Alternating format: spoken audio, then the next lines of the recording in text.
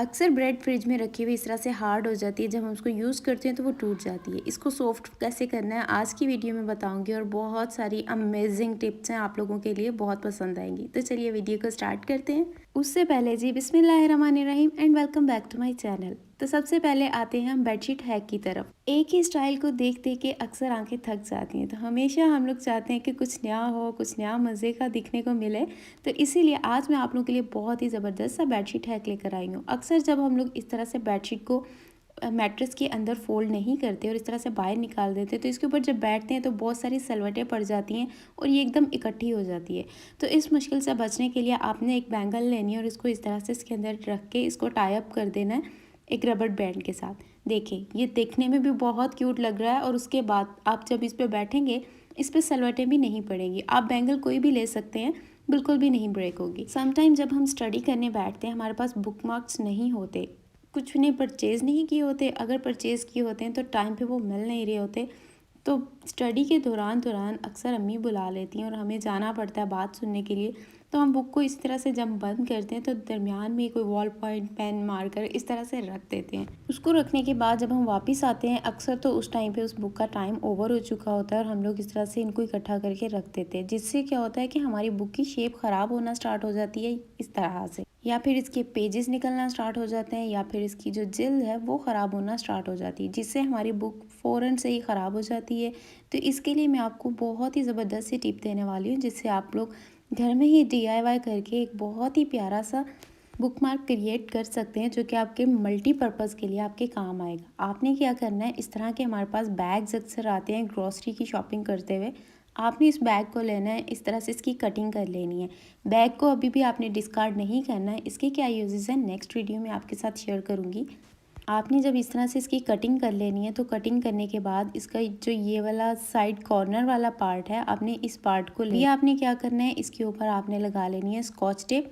अच्छा, scotch tape को हम 3 पोर्शन में डिवाइड करके लगाएंगे ताकि इसके खुलने का बिल्कुल भी अंदेशा ना हो।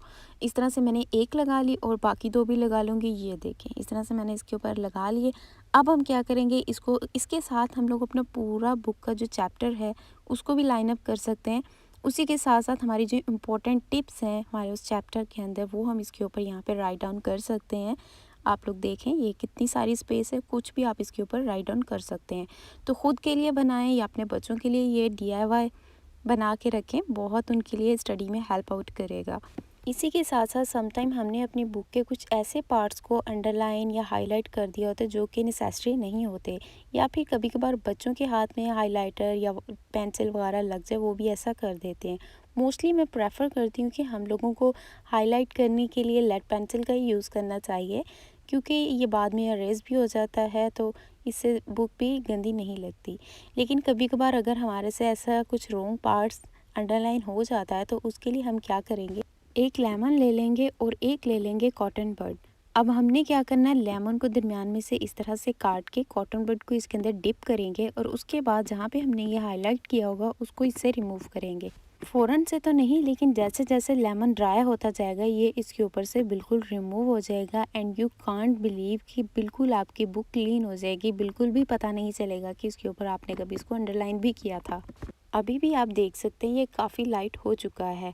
और इसी के साथ साथ समटाइम हम लोग जब ब्रेड लेकर आते हैं और इतनी ज़्यादा तो खाई नहीं जाती, 2 से 3 दिन के बाद फ्रिज में रखी रखी ये हार्ड हो जाती है।